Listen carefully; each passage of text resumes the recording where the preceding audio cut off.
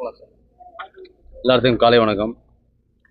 இந்த நம்ம வெறும் பரபரப்பாக போயிட்டு இருக்கிற அந்த சட்டமன்ற அசம்பிளி செஷன்ஸில் இன்னைக்கு சண்டே அன்னைக்கு வந்திருக்கோம். இன்னைக்கு வந்து இந்த செய்யூர் தாலுக்கால் இருக்கிற ஒரு குடோன் பிடிசி குடோன் ஓப்பன் பண்ணியிருக்கோம். இது வந்து தாலுக் குடோன் மாதிரி இங்கே இருக்கிற மக்களுக்கு உண்டான அரிசி, பருப்பு, ஆயில் இதெல்லாம் வந்து ஸ்டோர் பண்ணி இங்கே விநியோகம் பண்ணுறதுக்காக பண்ணியிருக்கோம். வருங்காலங்கள் செப்டம்பர், அக்டோபர் முதல்ல மழை சீசன் வந்துடும். மழை சீசன்லாம் வரும்போது நம்ம கொடுக்குற உணவுப் பொருள்லாம் தரமாக வரணுங்கிறத நம்ம முதலமைச்சர் மூலமாக கேட்டுட்டு எல்லாம் பண்ணிகிட்ருக்கோம். அப்படி வரும்போது அரிசியோ பருப்போ எல்லா நெல்மணிகளும் எல்லா உணவுப் பொருட்களும் நல்லா தரமாக வரணும்.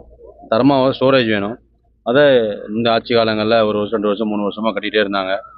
நம்ம ஆட்சிக்கு வந்ததுக்கப்புறம் முதலமைச்சர் டிஸ்கஸ் பண்ணிவிட்டு எங்கெல்லாம் ஒர்க் நடந்துக்கிட்டு இருக்கோ, எங்கே ஒர்க் ஆரம்பிச்சிருக்கோ, ஆரம்பிக்காமல் பெண்டிங் கிடப்பில் போட்டாங்களோ அதெல்லாம் உடனே துரிதப்படுத்தி மே மாதம் வந்த உடனேயே எங்கெல்லாம் பெண்டிங் இருக்குங்கிறத பார்த்து அந்தந்த கான்ட்ராக்டர்ஸையும் கூப்பிட்டு அந்தந்த கலெக்டர்ஸையும் டிஸ்கஸ் பண்ணிவிட்டு அங்கே இருக்கிற துறைகள் மூலமாக தாசில்தார் மூலமாக எல்லாத்தையும் கூப்பிட்டு அலுவல் ஆய்வு போட்டதுக்கப்புறம் துரிதப்படுத்தி கிட்டத்தட்ட மே மாதத்துலேருந்து துரிதப்படுத்தி இன்றைக்கி ஒரு 3 மாதங்களில் இந்த குடோன் வேலையை கட்டி முடிச்சிருக்கோம். முதல்ல ஆரம்பமாக இருந்திருக்கோம், கொஞ்சமாக ஆரம்பிச்சிருப்பாங்க, அப்புறம் வழக்கம் போல் கிடப்பில் போட்டுருவாங்க.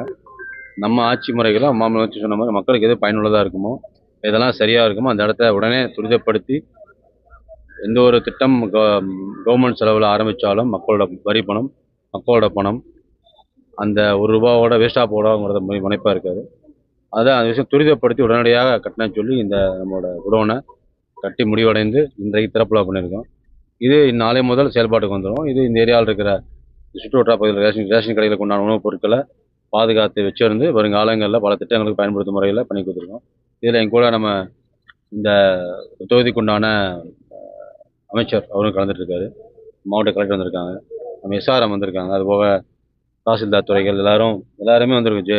ஜேஆர் எல்லாமே வந்து ஒரு நிறுவனம் இருக்கும்போது அமைச்சர் தான் வந்தாங்க, எம்எல்ஏ தான் வந்தாங்க, இல்லாமல் அனைத்து துறை சம்மந்தப்பட்ட நிர்வாகிகளும் வந்து இந்த விஷயத்தை முனைப்படுத்தி பண்ணியிருக்கு. இது கூட நம்ம கூட இங்கே இருக்கிற தொழிலாளர்கள், பணியாளர்கள், கான்ட்ராக்டர்ஸ் எல்லாம் வந்திருக்காங்க.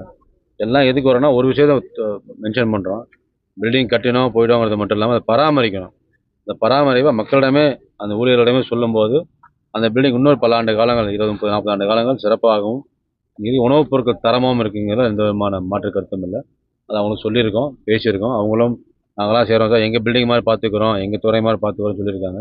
அந்த ஒரு உத்தரவாதத்தோடு இனி வரும் காலங்களில் ஒவ்வொரு பில்டிங்குமே புது பில்டிங் மாதிரியும் அதில் சேமிக்கும் உணவுப் பொருட்கள் எல்லாமே தரமான பொருளாக இருக்குங்கிறதுல ஒரு சாட்டிஸ்ஃபேக்ஷனோட இந்த குடோன் திறந்து வச்சுருக்கோம். அனைவருக்கும் நன்றி.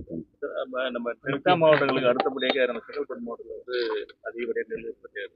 ஆனால் போதுமான தேல் விற்கிறங்க இல்லை. செலாவட்டத்தில் பார்த்தீங்கன்னா ஏற்கனவே 15,000 மெட்ரிக் டன் இருக்குது. இப்போ மறுபடியும் 15,000 கழிச்சிருக்காங்க. குறைஞ்சது 1 லட்சத்துக்கு மேலே மெட்ரிக் டன் வந்து கொள்முதல் ஆகுது. கூடுதலாக வந்து கட்டுறது வந்து விவசாயிகளுக்கு இந்த ஏரியாவில் நம்ம செங்கல்பட்டு மாவட்டம். ஆக்சுவலி இந்த செங்கல்பட்டு ஒரு நம்ம டெல்டா மாவட்டம் 8 மாவட்டம் 10 மாவட்டம் டெல்டா மாவட்டம் இருக்கும். டெல்டா மாவட்டம் சில மற்ற பகுதிகளில் டெல்டா மாவட்டம் தவிர நான் டெல்டா ஏரியாலெல்லாம் நம்மளால் முடிஞ்ச வரைக்கும் ஆய்வு பண்ணும்போது அங்கே இருக்கிற அக்ரிகல்ச்சர் வேளாண்மை துறை மூலமாக கேட்டு எவ்வளோ சாகுபடி பண்ணுறாங்க, இங்கே இந்த சீசன் இறங்குறத பார்த்தோம்னா 38,000 கடைகள் மேலே இருக்குது. 38,000 கடைகளுமே இப்போ நான் எக்ஸாம்பிள் நேற்று கூட சேதாப்பேட்டை ஒரு 4 நாளைக்கு முன்னாடி சேதாப்பேட்டையில் இருக்கிற ஒரு ரேஷன் கடைக்கு போயிருது. 3 கடை அங்கே இருக்குது. ஒரு கடை 2 பேர் ஒர்க் பண்ணுறாங்க. 3 கடையில் 6 பேர் வேலை செய்கிறாங்க. அந்த மாதிரி எல்லா கடைகளையும் ரேஷனாக இருக்காங்க. சில கடை என்ன பண்ணுவோன்னா 150 பேருக்கு மேலே இருந்தால் கிராமப்புறங்களில் இல்லை நகர்ப்புறங்கள்லேயே சில பகுதியில் வரும்போது 300 பேருக்கு மேலே இருந்தால் தற்காலிக கடையும், 150 பேருக்கு மேலே இருந்தால் அது கடை பிரித்து கொடுக்குறோம். இப்போ எக்ஸாம்பிள் இங்கே ஒரு 1000 பேர் இருக்காங்க அப்படின்னா இதுக்கு உண்டான தனி கடை இருக்கும். மக்கள் தொகை கம்மியாக இருக்குது. சில கிராமங்களில் பரப்பளவு பெருசாக இருக்கும், மக்கள் தொகை கம்மியாக இருக்கும். அந்த இடங்களில் சில குறிப்பாக அந்த இடங்களை பார்த்து தற்காலிக கடைகளாகவோ நகரம் கடைகளாகவோ பிரித்து கொடுத்துட்ருக்கோம்.